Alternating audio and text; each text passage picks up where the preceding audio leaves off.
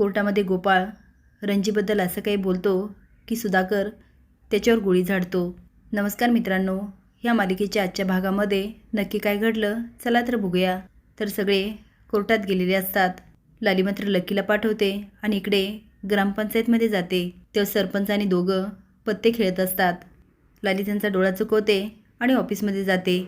पण कुणीतरी आत गेलंय हे सरपंचाला कळतं आणि तो खिडकीतून बघतो तर आजी दिसते. तर तो म्हणतो, नरू आजी इथं काय करतीये? पण खरं तर ती लाली असते, जिने नऊवारी साडी घालून आजीचं रूप धारण करून गॉगल घातलेला असतो. ती आता सरपंचाला बघते आणि हळूच तोंड फिरवते. आता ही लाली का करते हे तिलाच माहिती असतं. ज्यांच्याबद्दल गोपाळचे विचार चांगले असतात गोपाळ त्यांनाच प्रश्न विचारतो. म्हणजे फुलाबाई, मंग्या, झुंजार. मंग्या तर गोपाळ आणि लालीबद्दल एवढं चांगलं बोलतो आणि म्हणतो खरंच नवरा असावा तर गोपाळसारखा. आता युगंधर रणजीला बोलवतो आणि गोपाळ हादरतो. युगंधर रणजीला म्हणतो, मला एक सांगा, तुम्हाला खरंच वाटतं का हा तुमचा गोपाळ आहे? रणजी म्हणते, बाई मला तर पहिल्यापासूनच शंका होती. युगंधर म्हणतो, शंका? कसली शंका? ती म्हणती, साहेब आमचा गोपाळ असा नव्हताच. नाही म्हणजे तो परत आला आणि यांनी खात्री करून घेतली हा खरंच गोपाळ आहे का. म्हणून त्यांनी त्याला काही प्रश्न विचारले. त्याने बरोबर उत्तरं दिले आणि पायावरची खून पण दाखवली जी आमच्या गोपाळच्या पायावर होती. पण काय ना साहेब, हा हे करूच शकतो. नाही म्हणजे काय ना, आमचा गोपाळ याला भेटला असणार आहे आणि त्याने याला सगळंच सांगितलं असणार. आणि मग काय, याने त्या गोष्टी बरोबर केल्या.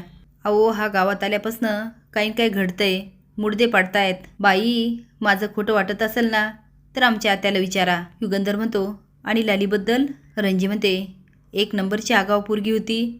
अहो तिने तर माझा हात जाळला होता. जसा नवरा तशीच बायको. आता रणजी अशी काही बोलत असते पण गोपाळ मात्र त्याच्याही पुढचा निघतो. आता गोपाळला कुठेतरी वाटत असतं की लाली आई हेच सांगणार. त्यामुळे तो पटकन पुढे येतो आणि म्हणतो, हे बघा मी दुकानावर काम करायला जायचो तेव्हा माझी बायको एकटीच घरी असायची.